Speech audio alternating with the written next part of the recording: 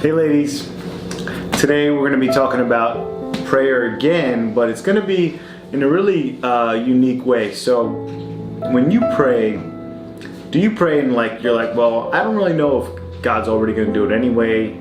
Is it really up to me? Maybe you don't really know.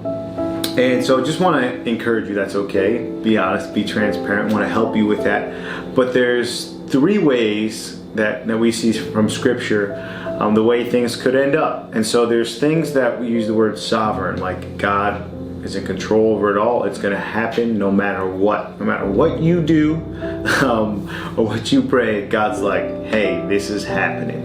And so something like that might be Jesus when he came on earth. Like God, spoke about it forever that the Messiah would come, Jesus would come, and it was happening no matter what anyone did about it. Then there's also things that we use the word providential, or providence, God's providence, where it's God puts you in a situation you couldn't get in, and then it's up to you. Then the outcome's up to you. And there's an awesome book, the book of Esther, that you should read one day, where Esther is put in this position. God's put her in this position. She was born for such a time as this, was the famous verse. And where she was born, she had no say in how she would grow up and things like that. That was all God put her in that position. And she realized that in this big moment, monumental moment, she's like, God's placed me here for such a time as this. But it was up to her whether she still had the courage and bravery to, fulfill that, or God was going to use someone else. And so some prayers, some things might be like that, where God's put us in this position, and then it's up to us to do the rest, or God's going to use someone else. And then there's things that are just up to our free will. So there are things where it's like God gives us the freedom to do that. And God actually, in Scripture, will react and say, all right, well, you wanted this. Because you did this, now I will do this. And it could be good, or it could be bad, the consequences of that. But there are some times where God clearly does that in Scripture. And even Moses praying to God, and Moses changes God's mind. And God's like, all right, because you're praying this, I'm going to do this now differently.